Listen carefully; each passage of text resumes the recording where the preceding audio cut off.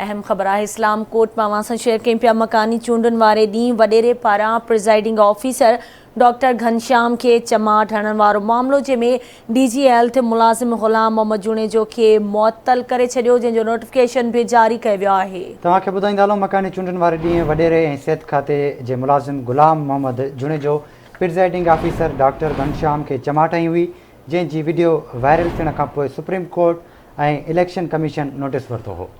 अहम ख़बर आहे, तव्हांखे ॾियूं पिया मकानी चूंडुनि वारे ॾींहुं वॾेरे पारां प्रिज़ाइडिंग ऑफिसर डॉक्टर घनश्याम के चमाट हणण वारे मामले बाबति DG हेल्थ मुलाज़िम ग़ुलाम मोहम्मद जुणेजो खे मुअत्तल करे छॾियो आहे, जॾहिं त नोटिफिकेशन बि जारी कयो वियो आहे। तव्हांखे ॿुधाईंदा हलूं, मकानी चूंडुनि वारे ॾींहुं वॾेरे ऐं सिहत खाते जे मुलाज़िम ग़ुलाम मोहम्मद जुणेजो प्रिज़ाइडिंग ऑफिसर डॉक्टर घनश्याम के चमाट हई हुई।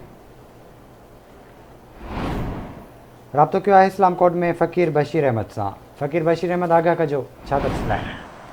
जी बिल्कुल, मकानी चूंडनि वारे ॾींहुं जेका पोलिंग स्टेशन हुई मांजिठी ॻोठ जी पोलिंग स्टेशन नंबर 5 ते जेका मक़ामी वॾेरो हो महकमा सिहत जो जेका मुलाज़िम हो ग़ुलाम मोहम्मद तरफ़ां उते जो मौजूदु जेका प्रिज़ाइडिंग हो डॉक्टर घनश्याम, उनखे जेका उन डॉक्टर उनखे ठप्पा जेका गैर कानूनी हण था रोकियो हुन था उन्हनि थप्पड़ वाए कढी हुई। मामलो जेका सोशल मीडिया ते वायरल थियण खां पोइ अॼु जेका उहा सिहत खाते उन मुलाज़िम खे जेका उहा सस्पेंड कयो आहे। तव्हांखे